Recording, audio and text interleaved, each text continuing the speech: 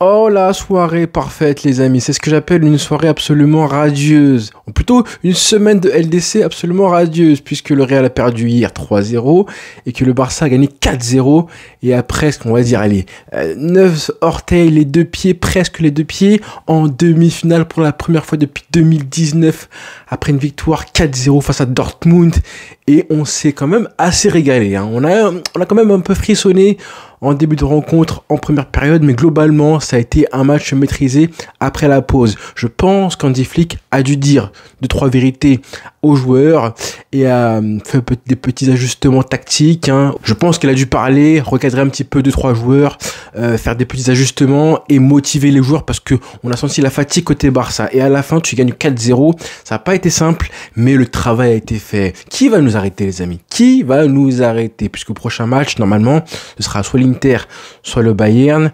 Et on peut voir venir avec ce que montre le Barça, avec le visage que le Barça a montré ce soir. Tu gagnes 4-0 alors que tu n'as pas fait un grand match, hein. Tu as fait un match sérieux, maîtrisé, mais tu as senti la fatigue. Tu aurais pu prendre des buts, hein. Si jamais Guirassy avait été un peu plus, juste un tout petit peu plus clinique et efficace, bah ce match-là est terminé avec un score complètement fou, avec un match complètement fou, je pense, hein. Un 4-2, un 4-3, un 5-3, ça aurait été archi possible, hein. Heureusement que c'est pas Erling Haaland à la place de Guirassy comme il y a 5 ans. Bon, côté Barça, on s'est quand même régalé. J'ai bien aimé le début du match. Forcément, la composition était classique. J'ai bien aimé l'entame de match. On a fait des reproches sur l'entame de match. J'ai bien aimé. J'ai vu un Barça sérieux qui a mis de l'intensité en début de rencontre. C'était indispensable. Quand tu joues le match aller, le premier match aller à domicile, forcément, ce que tu veux, c'est mettre le maximum de buts et faire un clean sheet. Ça a été fait ce soir. Que demander de plus? Mais quand tu joues, pour la première fois, le Barça est supposé se qualifier avec un match aller à domicile depuis 2015, les amis. 2015, face au Bayern Munich à l'époque, en demi-finale. Ça fait 10 ans que le Barça n'a pas réussi à se qualifier avec un match aller à domicile au Camp Nou ou au Montjuïc. Un truc de fou. Là, ce que le Barça a fait en début de rencontre, c'est parfait. Mais de l'intensité. Mais vous voyez, hein, c'était hyper important que les joueurs clés de l'équipe, hein, Lamine Yamal, Rafinha, dès les premières minutes, agressent et asphyxient la défense de Dortmund qui, à la longue, au fil du match, tu sais que tu vas les épuiser. C'est ce qu'a fait Lamine Yamal dès le début de la rencontre. Première action, qu'est-ce qu'il fait? Il récupère le ballon dans les pieds de Ben Sebaini sans faire faute. Déjà là, c'est 3 fois rien. Mais déjà, tu rentres dans la tête du défenseur. Il sait que là, psychologiquement, il part avec un petit désavantage. Deuxième action, c'est par Lamine Yamal qui fait un crochet pour la première frappe du match. Elle est un petit peu trop molle, mais déjà, hein, ça y est, il avait réussi à prendre l'ascendant psychologique, à être en confiance pour toute la rencontre. Je sais qu'il y aura beaucoup de personnes qui diront que Lewandowski mérite le MVP. Moi, perso, hein, fâchez-vous comme vous voulez, je le passe à Lamine Yamal parce que son match, quand le Barça a souffert en début de rencontre, enfin, après le 1-0, on va dire, t'as marqué le premier but, mais tu sentais que le Barça souffrait au milieu de terrain, n'avait pas la maîtrise, n'avait pas la mainmise sur le match, et commençait à reculer un petit peu. Mais dans ces cas-là, qu'est-ce qu'il te faut? Il faut réussir à récupérer le ballon au milieu de terrain, avoir de la maîtrise. Sauf que là, au milieu de terrain, ça souffrait et l'équipe souffrait aussi physiquement. On a vu, hein, et on le voit de plus en plus, hein, j'en ai parlé, de voir le Barça qui souffre physiquement. Ça se voit vraiment parce que l'intensité mise par Hansi Flick et le collectif du Barça depuis le début de saison, on voit que l'intensité baisse de plus en plus tôt au fil des matchs. Plus les matchs avancent et on voit que dès la 35e, 45 minutes, l'intensité côté Barça commence à baisser un petit peu. Et dans ces cas-là, qu'est-ce qu'il faut? Il faut que les techniciens de l'équipe récupèrent un petit peu le ballon, posent le jeu, arrivent un petit peu à conserver le ballon. Sauf que c'était compliqué côté Barça en début de rencontre, hein, très compliqué jusqu'à la mi-temps. Ensuite, en deuxième mi-temps, là, forcément, ils se sont reposés, ça l'est mis ensuite. Mais tu vois, hein, dans ces cas-là, qu'est-ce qu'il faut? La solution, c'est réussir des longues possessions qui épuisent l'adversaire. Ça, c'est vraiment la clé. Et c'est exactement, c'est pour ça que je pense que Hansi Flick a dû parler aux joueurs en disant, les mecs, soyez patients, hein, ne vous précipitez pas parce qu'il y a beaucoup de déchets et beaucoup de courses. Des déchets, en plus des déchets techniques qui font que les courses que tu fais entre la 20e et la 45e minute, il y a pas mal d'appels de balles, mais c'est des courses qui mènent à rien et les joueurs se fatiguent. Donc beaucoup de joueurs fatigués avant la pause. Ensuite, au retour des vestiaires, là le Barça joue de façon un peu plus posée. On a senti une équipe qui voulait maîtriser le jeu, maîtriser le milieu de terrain, qui faisait des passes. On a vu des séquences de possession de 1 minute, 1 minute 30. Forcément, là, tu as fatigué l'adversaire. Encore plus à 2-0. Là, ensuite, tu as repris le dessus physiquement. Et à la fin du match, ils étaient complètement cuits, essorés. À 3-0, je me suis dit, c'est bon là. Ils étaient sur un fil. Physiquement, ils étaient complètement cuits. Ben Sebaini, il a fini le match miskin. Voilà. Mais bon, c'est normal, le garçon, c'était pas le premier à subir la foudre de Lamine Yamal qui a été sensationnel, les amis. Quel boss, quel boss. Les différences qu'il fait. Le sens collectif qu'il a, ce qu'il amène à l'équipe, hein, les différences, le jeu varié à chaque fois, un crochet par-ci, une passe en profondeur par-là. Les actions viennent de lui, hein. À part le premier but, le reste, ça vient de lui. Mais il fallait commencer par marquer ce premier but-là, hyper important, par l'intermédiaire de Monsieur Rafinha. Heureusement qu'il n'y a pas hors-jeu, hein, parce que si jamais l'arbitre siffle hors-jeu, ça aurait été une dinguerie absolue.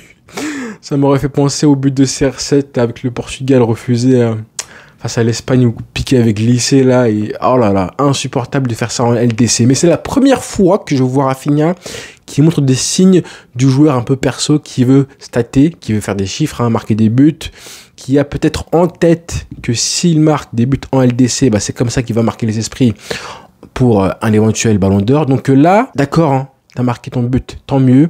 On peut rien dire hein, parce qu'il n'y a pas eu hors-jeu. Mais si jamais il y avait eu hors-jeu, oh là, tu te serais fait assassiner et plus jamais ça. S'il y a 4-0, 5-0, d'accord, mais pas à 0-0.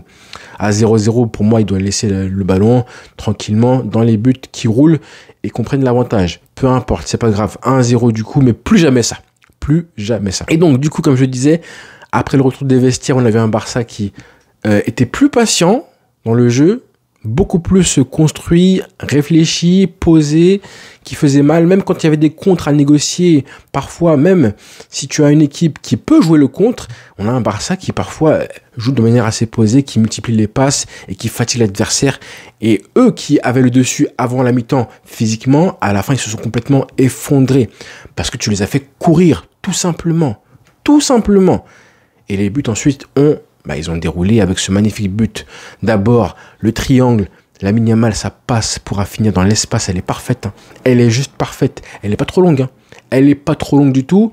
Elle est juste dans la course de Lamine Yamal, dans la course de Rafinha, pardon, dans son élan, dans sa course, dans sa vitesse et dans l'espace parfaite pour la remise. Ensuite, pour Lewandowski qui marque un but assez simple, mais pas si simple que ça, hein, parce que bon, on l'a vu des fois, parfois rater des dingueries pareilles, hein, on l'a vu cette saison, Lewandowski. Mais en l'occurrence, il met le but du 2-0 et le troisième but, hein, pour moi, c'est le plus beau, clairement, avec l'action et la passe de Lamine Yamal, encore une fois, dans l'espace pour Fermin Lopez. Comment tu veux défendre face à ça? Ben Sebaini, il a été collé à Lamine Yamal tout le match. Hein. Marquage individuel, même parfois prise à 2 sur Lamine Yamal. Vous avez vu, hein, encore une fois, on voit des équipes qui jouent prise à 2 sur le joueur. Et à aucun moment, j'ai vu un joueur qui s'est senti un petit peu timide face à deux joueurs. En fait, il s'est habitué. Je pense que pendant la rencontre, plus le match avançait et la confiance qu'il avait accumulée en début de rencontre, hein, il s'est habitué à avoir deux joueurs sur lui. Et bravo garçon. Parce que c'est aussi grâce à lui que le Barça n'a pas sombré en début de rencontre. Là, vous voyez, après le 1-0, quand le Barça avait du mal, c'est aussi grâce à Lamine Yamal et ses petites percées qui faisaient parfois reculer le bloc. Parce que justement, je pense que Dortmund, c'est pareil. Eux se sont habitués. Ils ont réussi à s'habituer aux attaques et au collectif du Barça en début de rencontre avant la mi-temps. Mais après le 2-0, ils étaient complètement cuits. Le 3-0, c'est pareil. Et le 4-0 qui vient du coup de Lamine Yamal. Et ce but qui me fait du bien parce que ça aurait été un petit peu triste qu'il termine sur ce match-là sans un but marqué. Et le but, il est magnifique. La passe de Rafinha, elle est magnifique aussi. Il faut le dire. Du gauche comme ça, là dans l'espace parfait, ni fuyante. Elle contourne Ben Sebaini, elle arrive pour Lamine Yamal qui contrôle et qui met un but, je sais pas si c'est un pointu ou à l'extérieur du pied, ça ressemble un petit peu au but de Messi lors du 6-2 là, devant Cannavaro, à l'époque, le premier but, le but du 3-1 bien sûr. Et donc, ce Barça qui donc gagne 4-0, avec même Ansu Fati qui entre en fin de rencontre. Petite cerise sur le gâteau, Ansu Fati qui entre, puisque Lamine Yamal était complètement fatigué, rincé. Eric Garcia qui rentre aussi, quand même, j'ai envie de parler du match de Frenkie de Jong qui a été incroyable, qui a dominé le milieu de terrain ensuite en deuxième mi-temps comme pas possible. Et même au début de match, parce que les récupérations qu'il a faites, je pense, et je l'ai tweeté, que c'était le meilleur match de Frenkie de Jong sur le secteur défensif. Défensivement, pour moi, ça a été son meilleur match au Barça tout court. En LDC, en quart de finale aller, je pense que c'était vraiment, vraiment un milieu de terrain qui a souffert à côté Barça. Offensivement, qui était un petit peu timide en début de match, mais défensivement, ce qu'il a montré Frenkie de Jong dans les duels, les récupérations, l'activité aussi, franchement bravo, il comblait un petit peu le déficit du numéro 10 qui était un petit peu timide en début de match. Fermin Lopez, au début de match, un petit peu timide, et ensuite, il s'est régalé aussi. La passe qu'il met, forcément, c'est lui qui met le coup franc, le premier coup franc sur le but du 1-0, mais ensuite la passe qu'il met sur le but du 3-0 là pour Lewandowski, c'est fort, l'appel de balle est magnifique. C'est ça qu'on veut d'un numéro 10, c'est qu'il prenne l'espace à droite et à gauche, qu'il a une grosse activité, et quand il le fait comme ça, je pense que lui aussi s'est habitué. Consigne tactique aussi peut-être de Hansi Flick à la mi-temps. Fermin Lopez qui a compris son rôle et qui a distribué, qui était disponible à droite et à gauche. L'appel de balle qu'il fait, il est magnifique. La passe de Lamine Yamal entre les deux joueurs et l'action du coup du 3-0 où il fait la passe parfaite pour Lewandowski qui la reprend, une touche de balle aussi. L'appel de balle de Rafinha qui sert à libérer les joueurs, hyper important aussi. Pour moi, c'est le plus beau but. Je ne sais pas si c'est pareil pour vous, mais pour moi, c'est le plus beau but. Parfait. La passe de Lamine Yamal. Je sais plus qui il relance, qui est à l'origine de la relance. Mais de mémoire, je pense que c'était un très beau geste aussi. Lamine Yamal, Fermin Lopez et la frappe ensuite de Monsieur Lewandowski. 4-0. Waouh, bravo les garçons. Et on va aller jouer les prochains matchs. Le match retour avec l'esprit serein, léger comme pas possible. On a été la fierté de la Liga, les frères, là, ce soir. Cette semaine, on a été la fierté de la Liga puisque le Real s'est fait laminer, tout simplement. Allez les frères, bonne soirée, on va savourer tout ça, revoir les highlights et demain, on analysera ça à froid demain matin dans l'analyse de la rencontre et lors du live demain soir. Bonne soirée les frères, ciao.